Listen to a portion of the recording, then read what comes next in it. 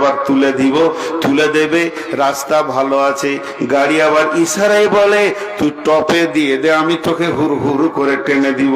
তার মানে হচ্ছে বেশ কিছু জিনিস বিবেক দিয়ে বুঝতে হয়, জ্ঞান দিয়ে বুঝতে হয়, মগজ দিয়ে বুঝতে হয়। ওখানে আপনাকে কেউ বাংলাতে, হিন্দিতে, উর্দুতে কথা বলবে না।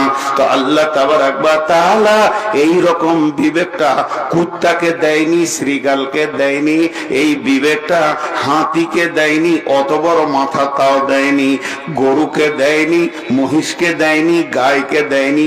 এই বিবেকের চেতনাটা দিয়েছেন আল্লাহ তাবারাক ওয়া তাআলা মানুষকে।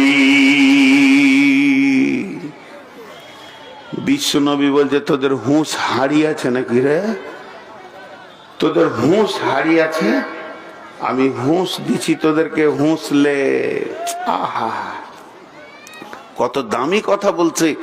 খালি 10টা মিনিট আপনারা ধৈর্য ধরেন, আমি 10 ঘন্টা বলিনি, আমি বেশিক্ষণ আপনাদের মাঝে থাকবো না।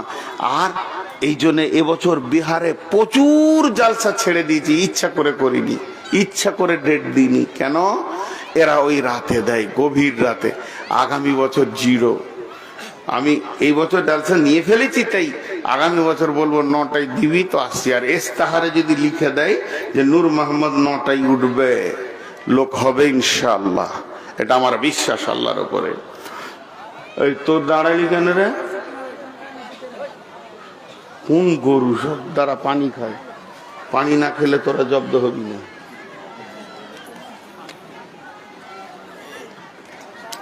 এবার দুটি কথা বলি। গোটা কোরআনে 2টি সূরা আছে ওয়াক্তের নামে, 3টে সূরা আছে। একটা সূরার নাম ফজর, একটা সূরার নাম আসর, আর একটা সূরার নাম দোহা। দোহা মানে উদীয়মান সূর্যের সময়।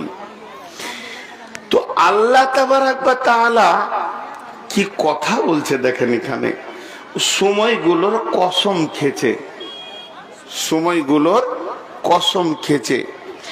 আপনাদের এখানে যারা